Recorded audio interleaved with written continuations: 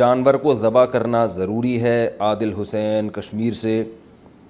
پوچھتے ہیں کہ جی کیا قربانی کرنے والے جانور کو خود جانور ذبح کرنا ضروری ہے؟ نہیں بھائی،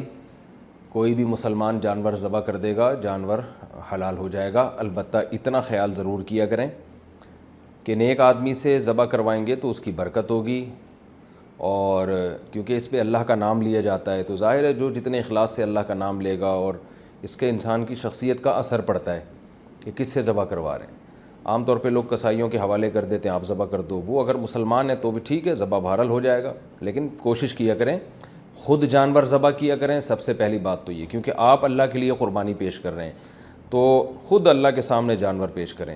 خود نہیں کر سکتے، ڈر لگتا ہے یا خطرہ ہے کہ ایسا نہ ہو کہ گردن کے بجائے کان کاٹ دیں یا ناک کاٹ دیں، تو پھر کسی اور سے کروا دیں، کوئی محلے کے امام صاحب ہوں یا کوئی بھی بزرگ ہوں نیک ہوں ان سے کروا دیں، یا وہ جو قصائی ہے وہ بھی مسلمان ہے اس سے بھی کرا سکتے ہیں۔ البتہ اس میں ایک بات کا خیال رکھنا ضروری ہے کہ آج کل جانور کی 4 رگیں جو کاٹی جاتی ہیں تو کاٹتے ہی چلے جاتے ہیں لوگ، ایسا نہیں ہوتا صرف 4 رگیں کاٹ کے چھوڑ دینا ہے۔ قصائی حضرات یہ کرتے ہیں، اسپیڈ میں ہوتے ہیں بہت زیادہ، تو انہوں نے کیا کرنا ہوتا ہے کہ کئی گائے گرانی ہوتی ہیں تو ان کے پاس ٹائم نہیں ہوتا۔ بالکل وہی حال ہوتا ہے کہ جیسے گائنی کی ڈاکٹرز جو ہیں ان کے پاس اور بھی بچے ولادت کے لیے آئے ہوئے ہوتے ہیں تو وہ زیادہ انتظار نہیں کر رہی ہوتی، اور ادھر چھری چاپڑ لیا اور خاتون کا پیٹ کاٹ کے بچہ باہر نکالا، چل بھائی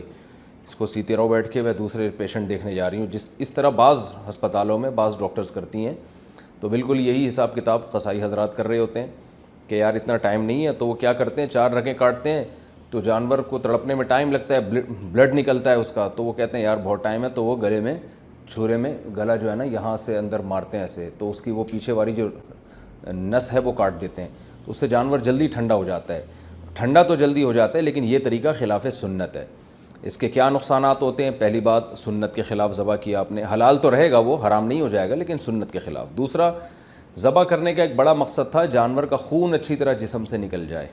بلیڈنگ صحیح طور پر نہیں ہوتی تو خون گوشت میں رہ جاتا ہے، بیماریاں کا ذریعہ بنتا ہے، خون ویسے بھی ایک ناپاک چیز ہے، تو اس لیے شریعت نے حکم دیا کہ 4 رگیں کاٹ کے چھوڑ دو، تھوڑی دیر تڑپنے دو اس کو، اس سے بلیڈنگ سارا خون اس کا باڈی سے باہر نکل جائے گا، گوشت بالکل صاف ہو جائے گا۔ تو یہ حکمتیں فوت ہو جاتی ہیں، اس لیے اگر قصائی سے ہی ذبح کروانا ہے تو اس کو بولیں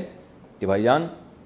4 رگیں کاٹ کے چھوڑ دو، اور میں تو لوگوں سے کہتا ہوں اگر قصائی پھر بھی قابو میں نہیں آ رہا، تو جس کھونٹے سے آپ نے گائے کو باندھا ہوا تھا اگر قابو میں نہیں آ رہا ہے وہ قصائی اور وہ کاٹتا چلا جا رہا ہے تو اسی کھونٹے سے تھوڑی دیر کے لیے آپ معذرت کے ساتھ اس قصائی کو باندھ دیں، بولیں بھائی تم بس 4 رگیں کاٹ کے فی الحال تم گائے کی جگہ آ جاؤ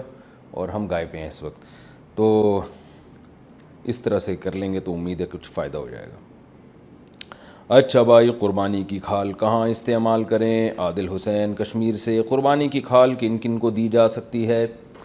قربانی کی کھال خود بھی استعمال کی جا سکتی ہے، کسی کو بھی دی جا سکتی ہے، مالدار کو بھی، غریب کو بھی، ہر طرح سے،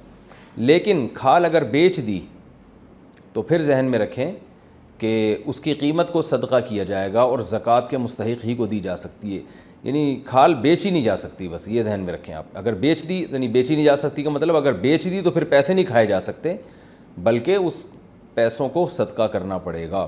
تو لوگ کھال استعمال کر نہیں سکتے ہیں، پریشان ہوتے ہیں کہ یار ہم کھال کا کیا کریں گے، تو اس لیے پھر وہ بیچ کے پیسے ہی صدقہ کر دیتے ہیں، تو صدقہ زکوٰۃ کے مستحقین کو ہوگا۔ لیکن اگر